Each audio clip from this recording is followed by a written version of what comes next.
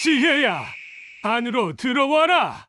매서운 검독수리의 울음소리가 울리는 동시에 고요했던 암자의 평화를 찢는 비명소리가 울려 퍼집니다. 으악!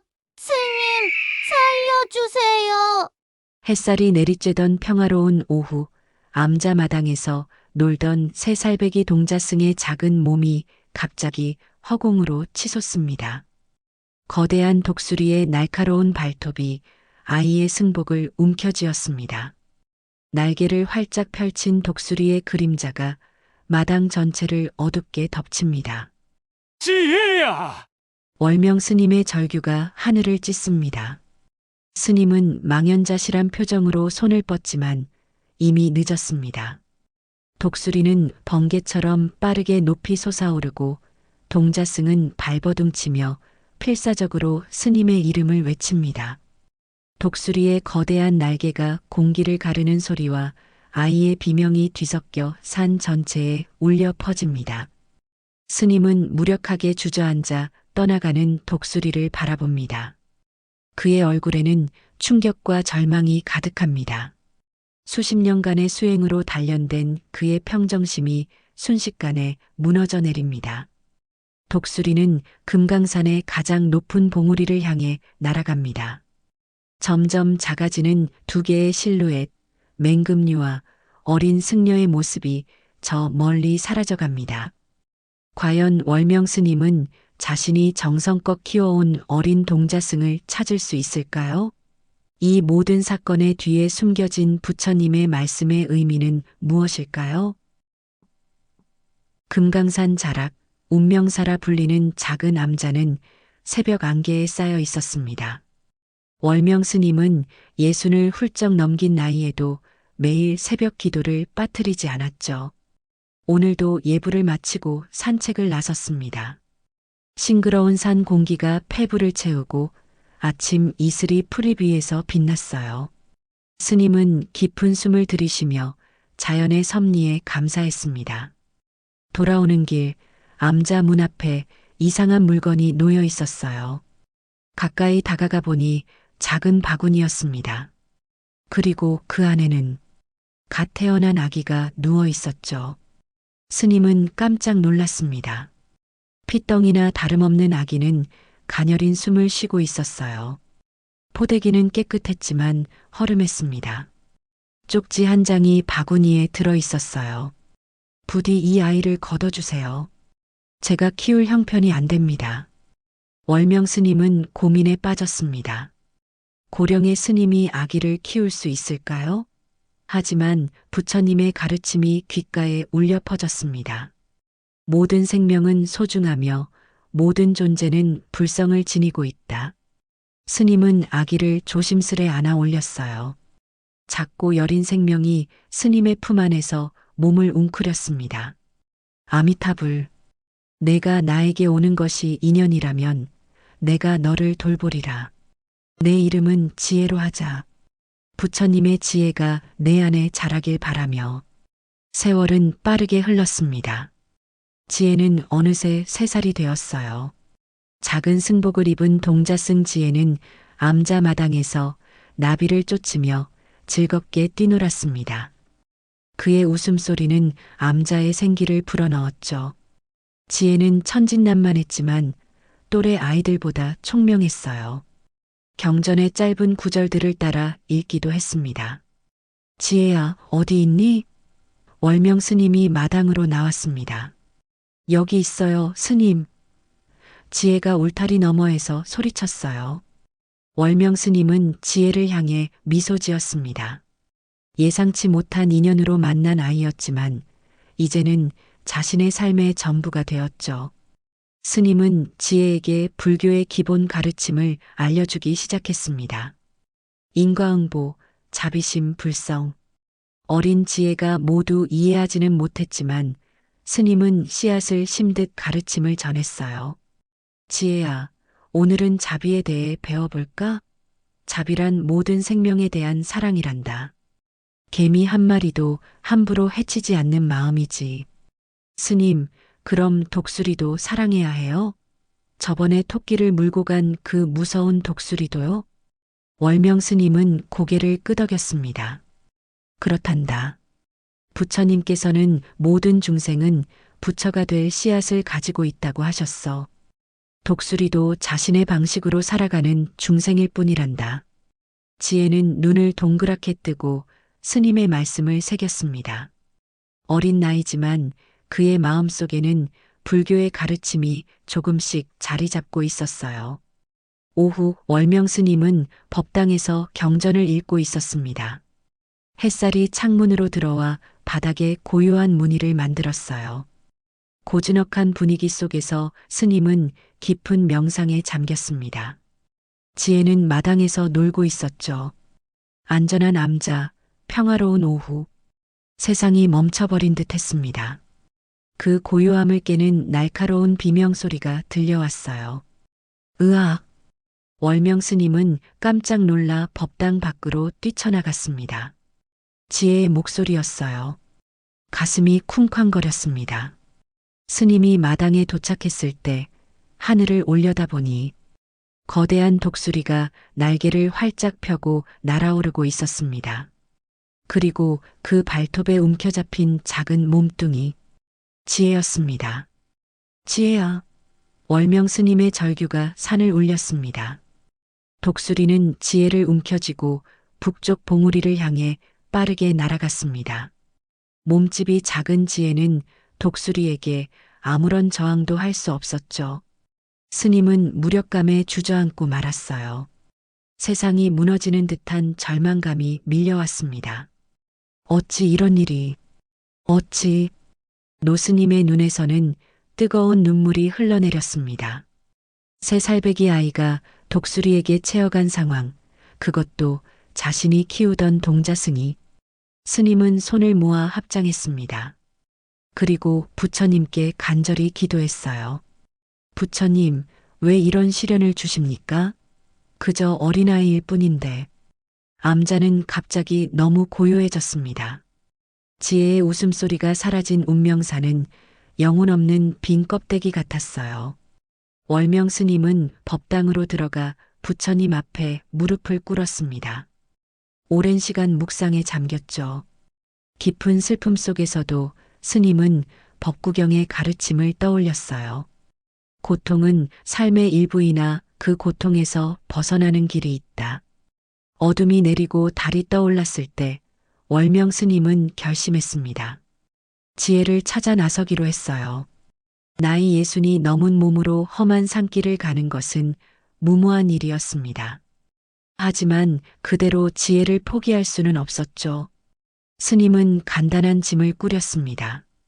물 한 병, 메주와 쌀로 만든 주먹밥 몇 개, 그리고 오래된 지팡이. 더 이상의 준비는 필요 없었어요. 스님은 부처님 앞에 다시 한번 합장했습니다.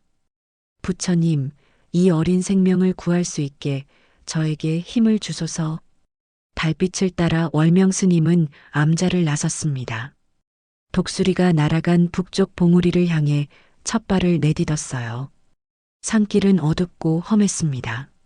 노스님의 발걸음은 무거웠지만 그 마음만은 단단했죠. 언덕을 오르며 스님은 거친 숨을 몰아쉬었습니다. 예전 같지 않은 체력이었어요. 하지만 멈출 수는 없었습니다. 지혜야, 스님이 반드시 너를 찾으리라. 내가 살아있다면. 아니, 설령 이미 떠났더라도 내 영혼을 위로해 주마. 어둠 속에서 올빼미가 울었습니다. 산속은 생각보다 훨씬 더 춥고 음산했어요. 나뭇가지들이 달빛에 기괴한 그림자를 드리웠죠.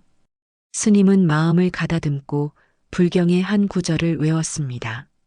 두려움은 마음이 만들어낸 환상일 뿐, 마음을 바로 세우면 두려움도 사라지리라.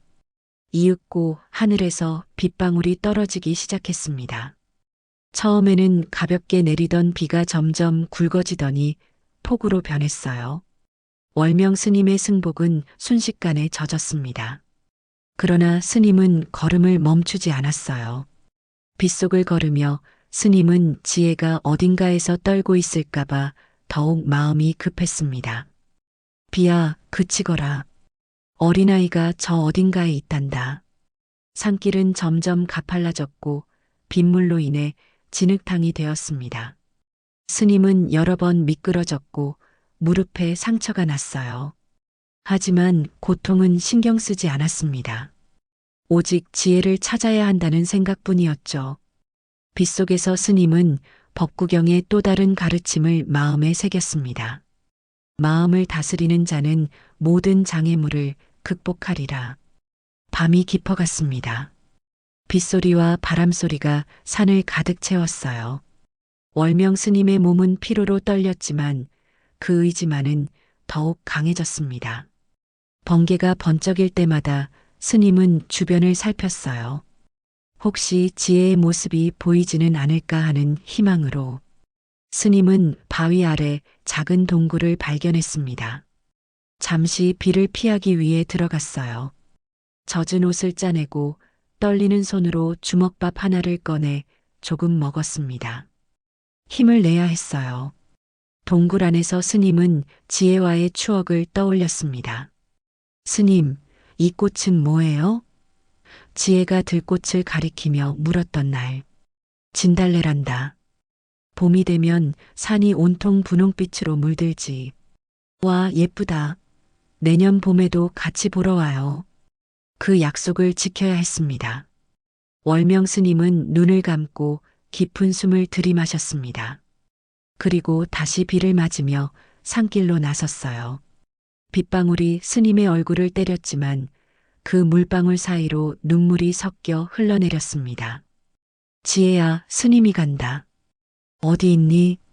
첫날 밤은 그렇게 스님에게 무거운 시험으로 다가왔습니다. 육체는 지쳤으나 마음의 등불은 꺼지지 않았어요. 독수리를 찾아, 지혜를 찾아 그 희망의 끈을 놓지 않았습니다. 폭우 속에서도 스님의 발걸음은 이어졌죠. 새벽이 오기 전까지 쉬지 않고 산을 오르며 새벽이 밝아오고 있었습니다. 폭우는 잦아들었지만 월명 스님의 옷은 여전히 젖어 있었어요. 밤새 산길을 헤맨 스님의 얼굴은 피곤함으로 가득했습니다. 그러나 눈빛만은 여전히 단단했죠. 스님은 잠시 바위에 앉아 숨을 고르며 해가 떠오르는 것을 바라보았습니다. 아미타불, 오늘도 부처님의 가피가 함께하길 바랍니다. 아침 햇살이 스님의 얼굴을 비추었어요.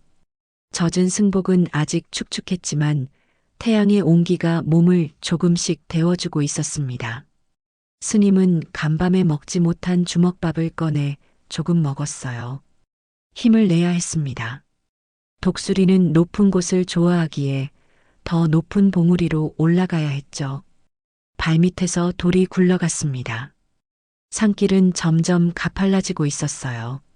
월명 스님은 지팡이의 의지에 조심스레 한 걸음 한 걸음 내딛었습니다. 예순이 넘은 몸으로 이런 험한 산을 오르는 것은 쉽지 않았죠. 숨이 가빠지고 다리는 후들거렸습니다. 하지만 스님의 마음속에는 오직 지혜의 모습만이 가득했어요. 스님, 제가 그린 그림이에요. 어때요? 지혜가 서툰 솜씨로 그린 부처님 그림을 보여주던 모습이 떠올랐습니다. 그 기억이 스님에게 힘을 주었어요. 한 발, 또 한 발. 지팡이를 짚으며 산을 올랐습니다. 햇살이 강해지면서 젖은 승복이 조금씩 마르기 시작했죠. 바위 틈에서 작은 도마뱀이 스님을 바라보았어요. 생명의 신비로움에 잠시 감탄하던 스님의 발걸음이 멈췄습니다. 앞에는 가파른 절벽이 나타났어요. 거의 수직에 가까웠습니다. 일반적인 등산로라면 우회할 길이 있었겠지만 스님은 지금 그런 여유가 없었죠. 독수리가 날아간 방향이 바로 이 절벽 너머였습니다. 스님은 절벽을 올려다보며 깊은 한숨을 내쉬었어요. 이런 곳을 어떻게 오르지? 노구의 스님에게는 너무나 어려운 장애물이었습니다. 잠시 주저하던 스님은 부처님의 가르침을 떠올렸어요. 결심이 확고하면 산도 옮길 수 있다. 스님은 결심했습니다. 돌아갈 수 없었어요. 지혜를 찾기 위해서는 이 절벽을 올라야 했습니다. 스님은 지팡이를 등에 묶고 양손을 자유롭게 했어요. 그리고 조심스럽게 절벽의 틈새와 돌출부를 살펴보았습니다. 부처님, 이 몸에 힘을 주소서. 첫 발을 내딛었습니다. 바위의 작은 돌출부를 발로 디디고 손으로는 바위 틈을 꽉 잡았어요. 스님의 몸은 떨렸지만 의지만은 흔들리지 않았습니다. 한 발 한 발 조금씩 절벽을 오르기 시작했죠. 절벽을 오르는 동안 스님의 손가락은 여러 번 찢어졌습니다. 날카로운 바위에 긁혀 피가 났어요. 무릎도 상처로 가득했습니다. 하지만 스님은 아픔을 느낄 겨를이 없었죠. 오직 위를 향해 오르는 데만 집중했어요. 지혜야, 스님이 간다. 조금만 더 기다려라.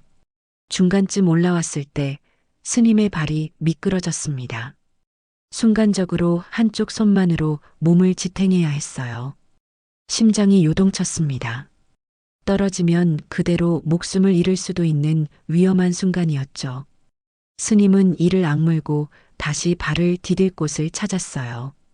간신히 균형을 잡고 다시 오르기 시작했습니다. 숨이 턱에 차고 팔과 다리의 근육은 비명을 질렀습니다. 예순이 넘은 몸으로 이런 절벽을 오르는 것은 기적과도 같은 일이었죠.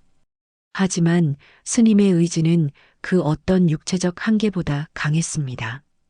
부처님께서도 말씀하셨죠. 의지가 있는 곳에 길이 있다.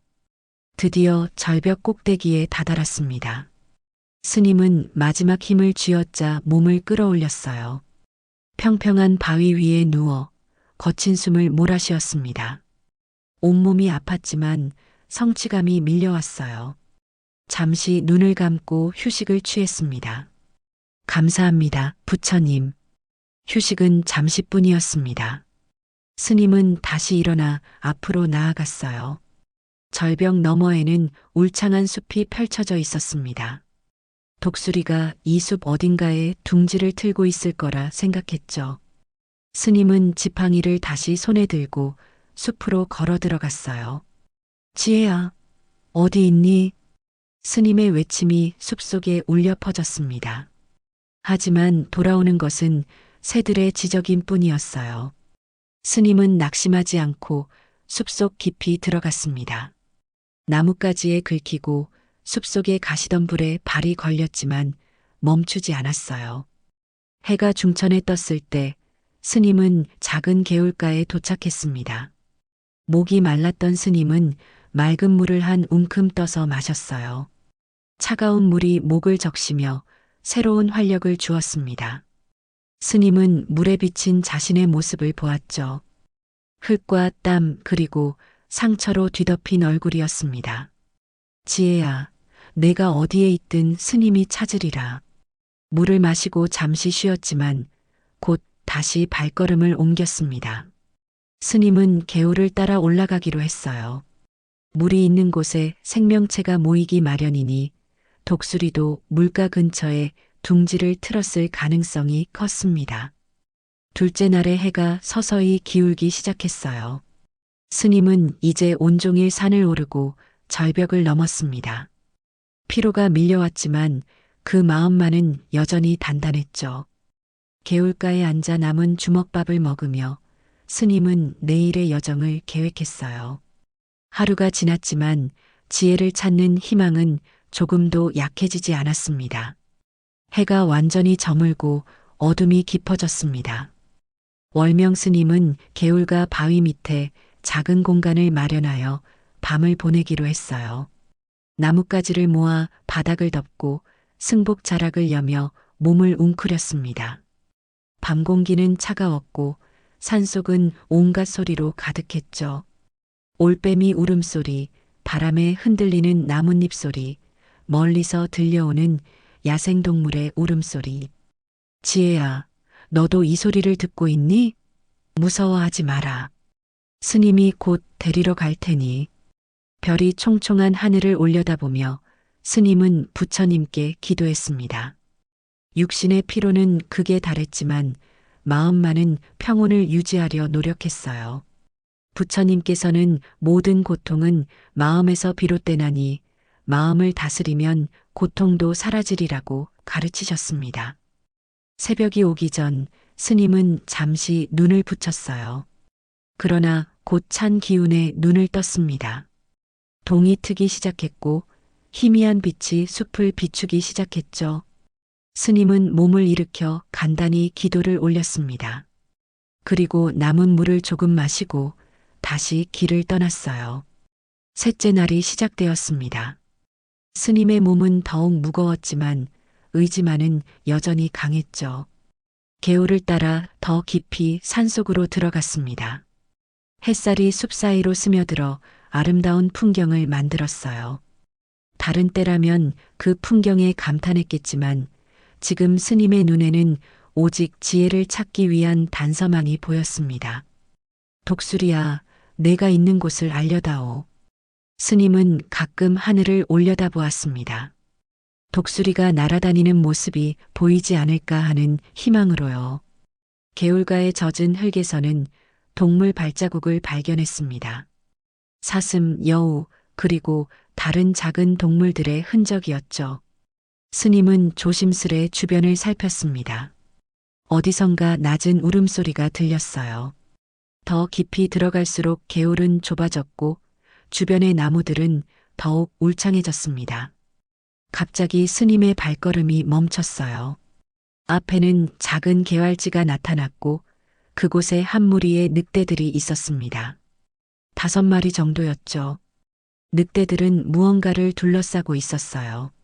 스님의 심장이 빠르게 뛰었습니다.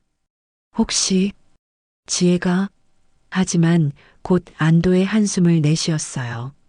늑대들이 둘러싼 것은 사슴의 사체였습니다. 스님은 천천히 뒤로 물러서려 했지만 나뭇가지를 밟아 소리가 났어요. 늑대들의 머리가 일제히 스님을 향했습니다. 날카로운 눈빛으로 스님을 응시했죠. 스님은 움직임을 멈추고 숨을 죽였습니다. 늑대 중 가장 큰 놈이 으르렁거리며 한 걸음 다가왔어요. 위험한 상황이었습니다. 두려움이 스님의 가슴을 채웠지만 그는 자비의 마음을 잃지 않으려 했어요. 모든 생명은 서로 연결되어 있나니 나와 너는 다르지 않다는 가르침을 떠올렸습니다. 스님은 천천히 자신의 주머니에서 마지막 남은 주먹밥을 꺼냈어요. 자, 이것을 나누자. 너희도 배고프겠구나. 스님은 주먹밥을 부숴 땅에 뿌렸습니다. 늑대들은 경계하는 눈빛으로 잠시 그 자리에 서 있다가 가장 작은 늑대가 조심스럽게 다가와 먹이를 냄새 맡았어요. 그리고는 입에 물었습니다. 놀랍게도 늑대들은 스님을 공격하지 않았어요. 마치 스님의 자비로운 마음을 알아챈 것처럼 그들은 천천히 물러났습니다. 스님은 안도의 한숨을 내쉬었죠. 늑대들이 사라진 후 스님은 다시 발걸음을 옮겼습니다. 감사합니다, 부처님. 모든 중생이 불성을 지니고 있다는 가르침이 참으로 진리이옵니다. 식량이 다 떨어진 상태였지만 스님은 개의치 않았습니다. 산에는 먹을 수 있는 열매와 뿌리가 있었고 부처님께서도 수행 중에는 검소한 식사를 하셨다고 했죠. 스님은 산딸기를 몇 개 따서 간단히 허기를 달랬습니다. 날이 점점 저물어 갔습니다. 셋째 날의 해가 서산으로 기울고 있었어요. 스님의 몸은 이제 극도의 피로에 시달리고 있었습니다. 손과 발은 상처로 가득했고 근육은 아프게 쑤셨죠. 하지만 그 정신만은 더욱 강해졌습니다. 산길은 점점 더 가팔라졌고 숨쉬기가 힘들어졌어요. 고도가 높아질수록 공기는 얇아졌고 스님의 숨소리는 거칠어졌습니다. 그러나 포기하지 않았죠. 한 걸음 또 한 걸음. 지혜를 찾기 위한 의지가 스님을 앞으로 나아가게 했습니다. 셋째 날 밤 스님은 작은 동굴을 발견했습니다. 바깥은 이제 어둠이 깊게 내려앉았고 바람이 차갑게 불어왔어요. 스님은 동굴 안으로 들어가 몸을 웅크렸습니다. 오늘 하루도 지혜를 찾지 못했지만 스님은 여전히 희망을 잃지 않았죠. 지혜야, 스님이 반드시 너를 찾으리라. 부처님께서 인내는 가장 위대한 고행이며 인내하는 자가 마침내 평안을 얻으리라고 하셨단다. 동굴 안에서 스님은 깊은 명상에 들어갔습니다. 육체의 고통을 내려놓고 마음의 평화를 찾았어요. 그리고 그 평화 속에서 스님은 새로운 힘을 얻었습니다. 내일은 더 높은 봉우리로 올라가리라 결심했죠. 독수리는 분명 가장 높은 곳에 둥지를 틀었을 것입니다. 넷째 날 동굴에서 눈을 뜬 월명 스님은 몸속 깊은 곳에서 우러나오는 새로운 힘을 느꼈습니다. 명상을 통해 정신을 맑게 한 덕분이었죠. 동굴 밖으로 나오니 맑은 아침 공기가 폐부를 채웠습니다. 스님은 깊게 숨을 들이마셨어요. 오늘은 더 높은 봉우리로 올라가기로 했습니다. 오늘은 반드시 독수리를 찾으리라. 스님은 산딸기 몇 개와 근처 시냇물에서 물을 마셔 아침을 대신했습니다. 소박한 식사였지만 수행자로서 이 정도면 충분했죠. 부처님께서도 7개의 쌀알로 일주일을 버티셨다는 이야기가 있으니까요. 스님은 지팡이를 단단히 쥐고 다시 산길을 오르기 시작했습니다. 지혜야, 오늘은 만나자. 산길은 점점 가팔라졌습니다. 나무들이 점점 듬성듬성해지고 바위가 많아졌어요. 고도가 높아질수록 숨쉬기가 더 어려워졌습니다. 60이 넘은 스님의 몸은 이제 한계에 다다르고 있었어요. 무릎은 아프게 쑤셨고 발은 물집으로 가득했습니다. 하지만 스님은 멈추지 않았죠. 중간중간 스님은 하늘을 올려다보았습니다. 독수리의 모습이 보이지 않을까 하는 희망으로요. 문득 머리 위로 큰 그림자가 스쳐 지나갔습니다. 스님의 심장이 빠르게 뛰었어요. 독수리였습니다. 커다란 날개를 펼치고 하늘을 날고 있었죠. 저기다. 스님은 독수리가 날아가는 방향을 눈으로 쫓았습니다. 산 정상 근처의 큰 바위 절벽으로 날아가는 것 같았어요. 새로운 희망으로 가슴이 뛰었습니다. 스님은 발걸음을 재촉했죠. 이제 목적지가 보였습니다. 하지만 그곳까지 가는 길은 결코 쉽지 않았어요. 가파른 바위 지대를 올라가야 했습니다. 나무는 거의 없었고 날카로운 바위들만 즐비했죠. 스님은 조심스럽게 바위를 짚으며 한 발 한 발 올라갔습니다. 손이 다시 찢어지고 무릎에서는 피가 흘렀어요. 하지만 스님은 아픔을 느낄 겨를이 없었습니다. 지혜야, 조금만 더 기다려라. 중간쯤 올라왔을 때 갑자기 발밑에 바위가 무너졌습니다. 스님은 균형을 잃고 미끄러졌어요. 몇 미터를 굴러내려가며 온몸에 상처를 입었습니다. 날카로운 바위에 등이 긁혔고 팔에는 깊은 상처가 생겼죠. 스님은 겨우 멈춰서서 고통에 신음했습니다. 아, 이 늙은 몸이. 잠시 숨을 고르던 스님은 결국 다시 일어났습니다. 상처는 신경 쓰지 않았어요. 오직 지혜를 찾겠다는 일념뿐이었습니다. 스님은 다시 바위를 오르기 시작했죠. 이번에는 더욱 조심스럽게 각 발걸음을 신중히 내딛었습니다. 한 걸음 또 한 걸음. 부처님께서 천리길도 한 걸음부터라 하셨으니 해가 점점 서쪽으로 기울기 시작했습니다. 스님은 이제 절벽 근처까지 다가왔어요. 저 위에 독수리의 둥지가 있을 것이라 생각했습니다. 하지만 마지막 구간이 가장 어려웠죠. 거의 수직에 가까운 암벽을 올라가야 했습니다. 스님은 잠시 바위에 기대어 숨을 고르며 위를 올려다보았어요. 그리고 결심했습니다. 암벽을 오르기로 한 거예요. 손가락을 바위 틈에 꽂고 발끝으로는 작은 돌출부를 디뎠습니다. 천천히 조심스럽게 한 뼘 한 뼘 올라갔죠. 숨이 턱에 차고 온몸은 땀으로 흠뻑 젖었습니다. 근육은 비명을 질렀고 심장은 빠르게 뛰었어요. 하지만 스님은 포기하지 않았습니다. 지혜를 찾기 위한 의지가 모든 고통을 이겨냈죠.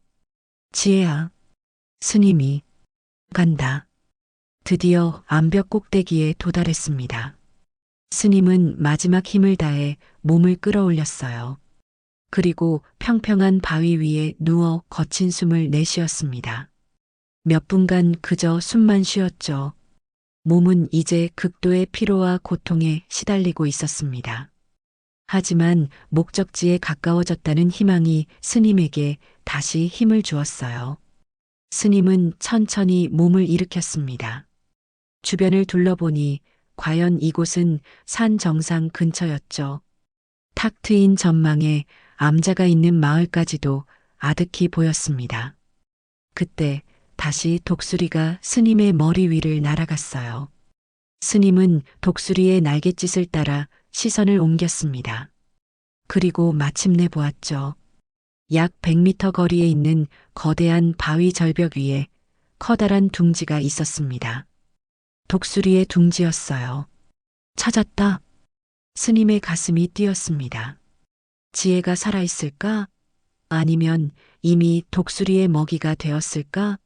스님은 그런 생각을 떨쳐버리고 둥지를 향해 걸어갔습니다. 바위지대를 조심스럽게 건너 점점 둥지에 가까워졌어요. 이윽고 스님은 둥지가 있는 바위 절벽 아래에 도착했습니다. 둥지는 바위 꼭대기에 있었고 그곳까지 올라가기 위해서는 다시 한번 암벽을 타야 했어요. 스님은 잠시 숨을 고르며 준비했습니다. 이것이 마지막 시험이구나. 다시 한번 스님은 바위를 타기 시작했습니다.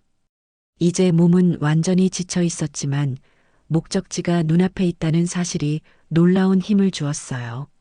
손가락이 바위를 움켜쥐고 발끝이 돌출부를 디뎠습니다. 천천히 조심스럽게 스님은 둥지를 향해 올라갔어요. 넷째 날에 해가 저물기 시작했습니다. 하늘은 붉은 빛으로 물들어갔고 산 너머로 해가 기울었죠. 스님은 마지막 힘을 다해 암벽을 올랐습니다. 이제 둥지까지 불과 몇 미터 남지 않았어요. 다섯째 날 새벽 월명 스님은 바위 절벽 중간의 작은 틈새에서 밤을 보냈습니다. 완전히 오르지 못한 채 어둠이 내려 더 이상 진행하기 어려웠기 때문이었죠. 온몸이 굳어 있었고 상처는 아프게 쑤셨습니다. 하지만 스님의 눈빛은 여전히 단단했어요. 이제 독수리의 둥지가 눈앞이었습니다. 오늘은 반드시 우리 지혜를 찾으리라. 새벽 햇살이 바위 절벽을 비추기 시작했습니다. 스님은 다시 암벽을 오르기 시작했어요. 남은 거리는 얼마 되지 않았지만 지친 몸으로는 마지막 구간이 가장 어렵게 느껴졌습니다. 손가락에 힘을 주고 발끝으로 바위를 짚으며 조금씩 올라갔죠. 지혜야, 스님이 간다. 마침내 스님은 둥지가 있는 바위 꼭대기에 도달했습니다. 마지막 힘을 다해 몸을 끌어올렸어요. 평평한 바위 위에 누워 거친 숨을 내쉬었습니다. 심장이 터질 듯이 뛰었고 온몸은 땀으로 흠뻑 젖었죠. 잠시 눈을 감고 숨을 골랐습니다. 눈을 떴을 때 스님은 약 10m 앞에 독수리의 둥지를 보았습니다. 커다란 나뭇가지와 수풀로 만들어진 거대한 둥지였어요. 스님은 천천히 일어나 둥지를 향해 걸어갔습니다. 손은 떨렸고 가슴은 불안으로 가득했죠. 지혜야, 어디 있니? 스님의 외침이 산 정상에 울려 퍼졌습니다. 둥지에서는 아무 반응이 없었어요. 스님은 점점 더 가까이 다가갔습니다. 둥지를 볼 수 있는 위치까지 왔을 때 스님은 멈춰 섰어요. 심장이 거의 멈출 것 같았습니다. 둥지 안에는 아무것도 없었어요. 지혜의 모습도 독수리의 모습도 보이지 않았습니다.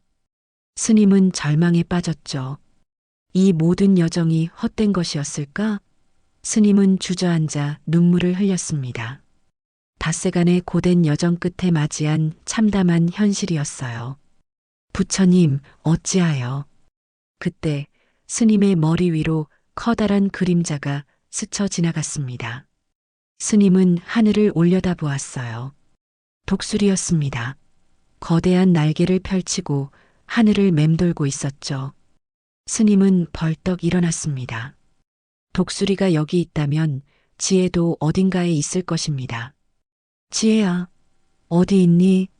스님의 절박한 외침에도 응답은 없었습니다. 독수리는 계속해서 하늘을 맴돌았어요. 스님은 독수리를 노려보았습니다. 그동안 참았던 분노와 슬픔이 한꺼번에 치밀어 올랐죠. 스님은 땅에 있는 돌을 집어들었습니다. 우리 지혜를 어디에 숨겼느냐?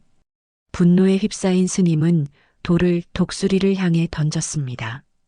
돌은 허공을 가르며 날아갔고 놀랍게도 독수리의 날개를 맞췄어요. 독수리는 날갯짓을 흐트러뜨리며 균형을 잃었습니다. 그리고는 바위 절벽 뒤편으로 떨어졌죠. 스님은 자신의 행동에 깜짝 놀랐습니다. 순간적인 분노에 휩싸여 독수리를 해치다니요. 부처님께서는 모든 생명을 소중히 여기라고 가르치셨는데 스님은 자신의 행동을 후회했습니다. 하지만 이미 벌어진 일이었어요. 스님은 독수리가 떨어진 곳으로 가보기로 했습니다. 바위 절벽 뒤편으로 돌아가는 길은 험했습니다. 좁은 바위길을 조심스럽게 걸어야 했어요. 스님은 천천히 독수리가 떨어진 방향으로 움직였습니다. 잠시 후 스님은 작은 평지에 도달했어요. 그리고 그곳에서 독수리를 발견했습니다. 커다란 독수리가 바위 위에 쓰러져 있었습니다. 날개 하나가 부러진 듯 했어요. 스님은 독수리에게 천천히 다가갔습니다. 독수리는 경계하는 눈빛으로 스님을 바라보았죠. 스님은 잠시 독수리와 눈을 마주쳤습니다. 그 눈에서는 두려움이 아닌 무언가 다른 감정이 느껴졌어요. 내가 우리 지혜를 데려간 독수리구나. 스님이 독수리에게 더 가까이 다가가려 할 때였습니다. 갑자기 뒤쪽에서 작은 목소리가 들려왔어요. 스님. 스님은 놀라서 뒤를 돌아보았습니다. 그리고 믿을 수 없는 광경을 목격했어요. 바위 뒤편의 작은 동굴 입구에서 지혜가 고개를 내밀고 있었습니다. 살아있었어요. 스님은 자신의 눈을 의심했습니다. 꿈인가? 환상인가? 지혜야. 스님은 달려가 지혜를 품에 안았습니다. 눈물이 하염없이 흘러내렸어요. 기적이었습니다. 지혜는 살아있었고 건강해 보였죠. 스님은 지혜의 얼굴을 만지며 실감할 수 없었습니다. 지혜야, 정말 너구나. 어떻게 살아있는 거니? 독수리가 너를 데려갔는데. 지혜는 스님을 바라보며 웃었습니다. 스님, 독수리가 저를 다치게 하지 않았어요. 오히려 저를 보호해 주었죠. 스님은 혼란스러웠습니다. 지혜의 말을 이해할 수 없었어요. 독수리가 지혜를 보호했다고? 어떻게 그런 일이? 지혜야, 무슨 말이니?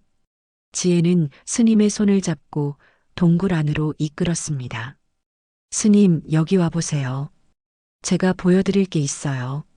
스님은 지혜를 따라 동굴 안으로 들어갔습니다. 그리고 그곳에서 또 다른 놀라운 광경을 목격했어요. 동굴 안에는 작은 독수리 새끼들이 있었습니다. 3마리의 아기 독수리들이 둥지를 틀고 있었죠. 지혜야, 이게 무슨... 지혜는 웃으며 말했습니다. 스님, 독수리 어미가 저를 데려온 건 자기 새끼들을 지키기 위해서였어요. 제가 여기에 있으면 새끼들이 안전하다고 생각했나 봐요. 스님은 이해할 수 없었습니다. 독수리가 지혜를 데려온 이유가 그런 것이었다고요? 스님은 동굴 밖으로 나가 쓰러진 독수리를 바라보았습니다. 그제서야 모든 것이 이해되기 시작했어요. 스님은 쓰러진 독수리를 바라보며 깊은 생각에 빠졌습니다. 독수리의 날개는 돌에 맞아 부러진 상태였고 고통스러워 보였죠. 스님은 자신의 행동이 부끄러워졌습니다. 부처님께서는 증오는 결코 증오에 의해 사라지지 않으며 오직 사랑에 의해서만 사라진다고 가르치셨는데 자신은 분노에 휩싸여 무고한 생명을 해쳤어요. 지혜야, 독수리가 너를 데려온 이유를 자세히 말해주겠니? 지혜는 동굴 입구에 서서 작은 독수리 새끼 하나를 품에 안고 있었습니다. 어린 아이답지 않게 침착하고 다정했어요. 스님, 독수리가 저를 데려갔을 때 처음에는 정말 무서웠어요. 하지만 이 둥지에 데려다 놓은 후에는 저를 해치지 않았어요. 오히려 먹을 것도 가져다 주었고 밤에는 큰 날개로 저를 덮어줬어요. 비가 올 때는 제가 젖지 않게 동굴로 데려갔고요. 스님은 놀라움을 금할 수 없었습니다. 독수리가 지혜를 먹이로 여긴 것이 아니라 마치 자신의 새끼처럼 돌봐주었다는 사실이 믿기지 않았어요. 그런데 왜 독수리가 너를 데려간 걸까? 지혜는 작은 독수리 새끼를 쓰다듬으며 대답했습니다. 제가 처음 여기 왔을 때 이 아기들이 아팠어요. 특히 이 작은 애가 가장 약했죠. 독수리 엄마는 제가 이 아기들을 도울 수 있다고 생각한 것 같아요. 저는 아기 독수리들에게 말을 걸고 머리를 쓰다듬어 줬어요. 그러자 조금씩 나아졌어요. 지금은 모두 건강해졌죠. 스님은 지혜의 말에 깊은 감동을 받았습니다. 어린 지혜의 순수한 마음이 아픈 독수리 새끼들을 치유했다니요.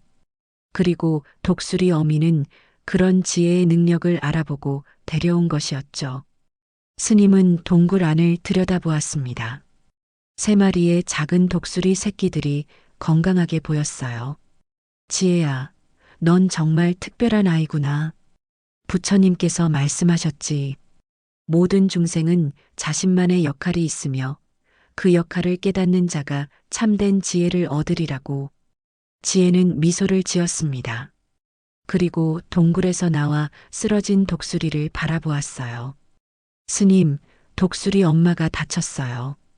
우리가 도와줘야 해요. 스님은 고개를 끄덕였습니다. 자신의 성급한 행동으로 독수리를 다치게 한 것은 큰 잘못이었죠. 이제라도 그 잘못을 바로 잡아야 했습니다. 스님은 천천히 독수리에게 다가갔어요. 독수리는 여전히 경계하는 눈빛이었지만 피할 수 없는 상황이라 가만히 있었습니다. 두려워하지 마라. 내가 잘못했다. 이제 도와주마. 스님은 승복 자락을 찢어 독수리의 부러진 날개를 조심스럽게 감쌌습니다. 산에서 배운 약초 지식을 활용해 주변의 풀을 뜯어 상처에 발랐어요. 독수리는 처음에는 경계했지만 곧 스님의 진심을 느꼈는지 조금씩 경계를 풀었습니다. 지혜도 스님을 돕기 위해 물을 가져왔습니다. 작은 나뭇잎에 고여있는 이슬을 모아 독수리에게 먹였어요. 독수리는 지혜의 손길에 완전히 마음을 열고 있었습니다. 마치 오래된 친구처럼요. 스님, 독수리 엄마가 괜찮아질까요? 그럼. 부처님께서 자비로운 마음은 가장 강력한 치유의 힘을 지닌다고 하셨단다. 우리의 진심 어린 보살핌으로 반드시 나아질 거야.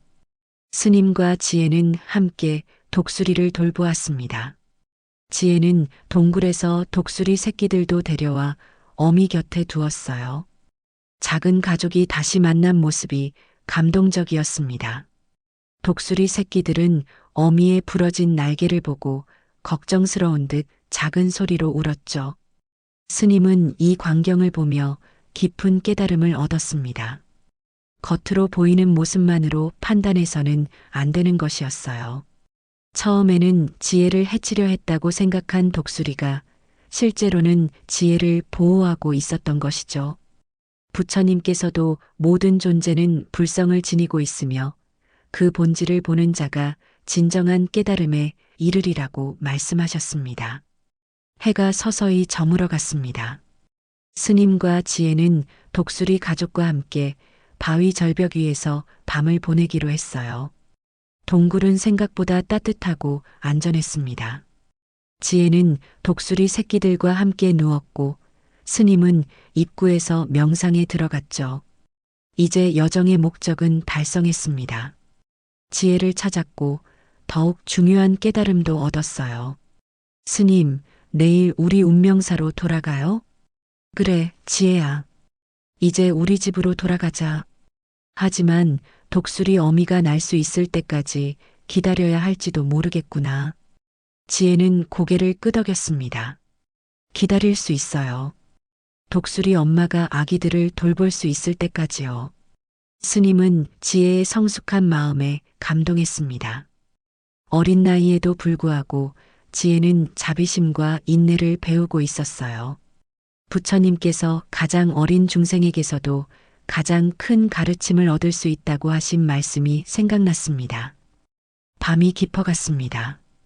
달빛이 동굴 입구로 스며들었어요. 지혜는 독수리 새끼들과 함께 평화롭게 잠들었고 다친 독수리 어미도 안정을 찾은 듯 눈을 감았습니다. 스님은 이 모든 광경을 바라보며 깊은 명상에 잠겼어요. 부처님, 이번 여정을 통해 저는 중요한 가르침을 얻었습니다. 겉으로 보이는 현상만으로 판단해서는 안 된다는 것, 모든 생명체가 불성을 지니고 있다는 것을 몸소 깨달았습니다. 여섯째 날 아침이 밝았습니다. 스님과 지혜, 그리고 독수리 가족은 동굴에서 함께 아침을 맞이했어요.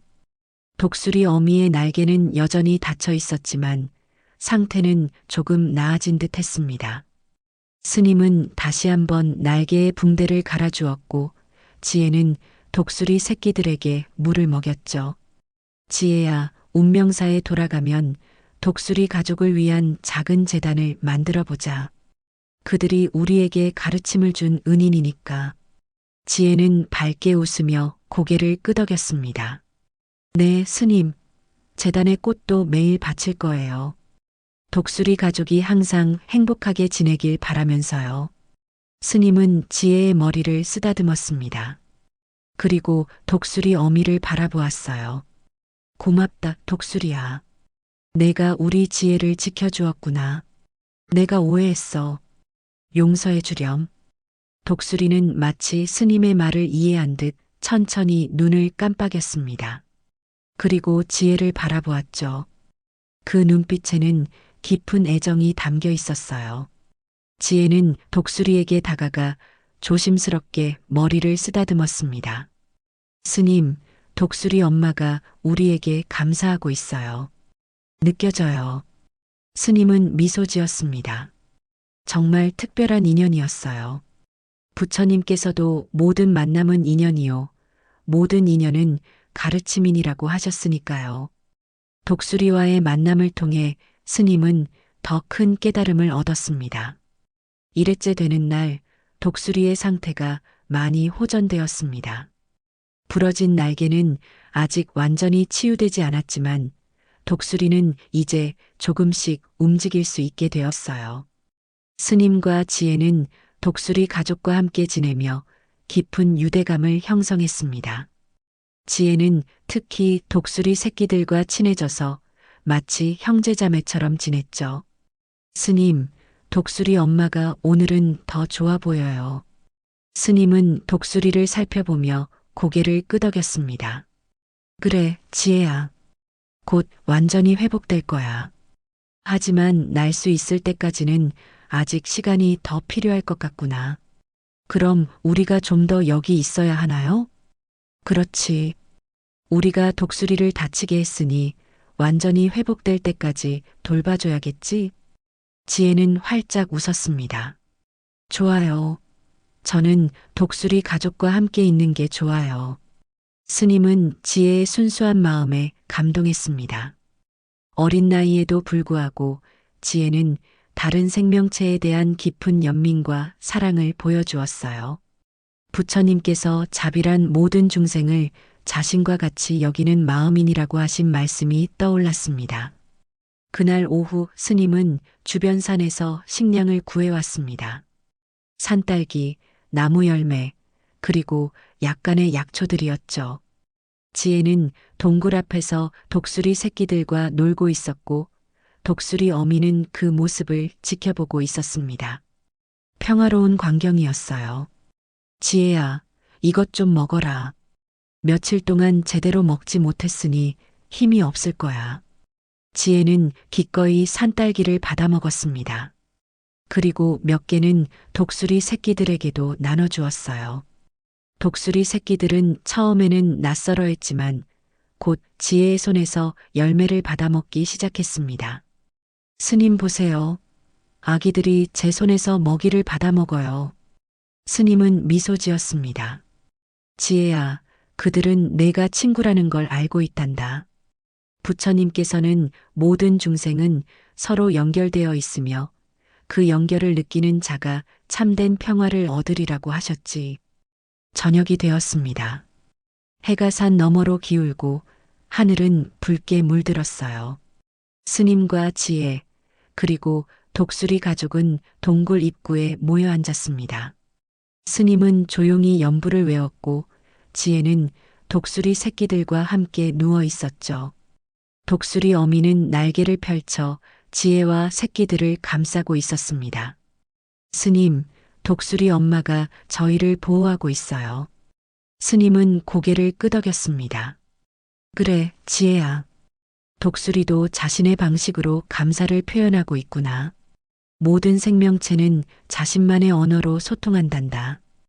밤이 깊어갔습니다. 달빛이 바위 절벽을 비추고 별들이 하늘을 수놓았어요. 스님은 명상에 잠겨 있었고 지혜는 독수리 가족과 함께 깊은 잠에 빠졌습니다. 그 모습이 너무나 평화로워 보였죠. 여드레째 아침, 스님은 일찍 일어나 독수리의 상태를 확인했습니다. 놀랍게도 독수리의 날개가 많이 회복되어 있었어요. 독수리는 이제 날개를 조금씩 펼칠 수 있게 되었습니다. 스님은 깊은 안도감을 느꼈죠. 지혜야, 일어나 보거라. 독수리가 많이 나아졌단다. 지혜는 잠에서 깨어 독수리를 바라보았습니다. 와, 정말이네요. 독수리 엄마가 곧 날 수 있겠어요. 독수리는 마치 그 말을 이해한 듯 천천히 날개를 펼쳤습니다. 아직 완전히 회복되지 않았지만 분명 호전되고 있었죠. 스님과 지혜는 기뻐했습니다. 곧 독수리는 다시 하늘을 날 수 있을 것이고 그들도 암자로 돌아갈 수 있을 거예요. 스님, 독수리 가족이 암자 근처로 이사 오면 좋겠어요. 그럼 자주 볼 수 있을 텐데. 스님은 미소 지었습니다. 지혜야, 독수리는 자유로운 생명체란다. 그들은 하늘을 날며 살아야 해. 하지만 우리가 그들을 마음속에 간직하면 언제나 함께 있는 거란다. 지혜는 조금 슬퍼 보였지만 곧 이해한 듯 고개를 끄덕였어요. 네, 스님. 저는 독수리 가족을 절대 잊지 않을 거예요. 열흘째 되는 날, 독수리의 날개는 거의 다 나았습니다. 스님과 지혜는 이제 암자로 돌아갈 준비를 했어요.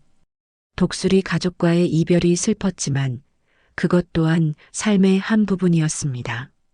부처님께서도 모든 만남에는 이별이 있고 모든 이별에는 새로운 만남이 있으리라고 가르치셨죠. 독수리야, 이제 우리는 돌아가야 한다. 고맙다, 우리 지혜를 지켜줘서. 독수리는 마치 스님의 말을 이해한 듯 천천히 고개를 끄덕였습니다. 그리고 날개를 활짝 펼쳤어요.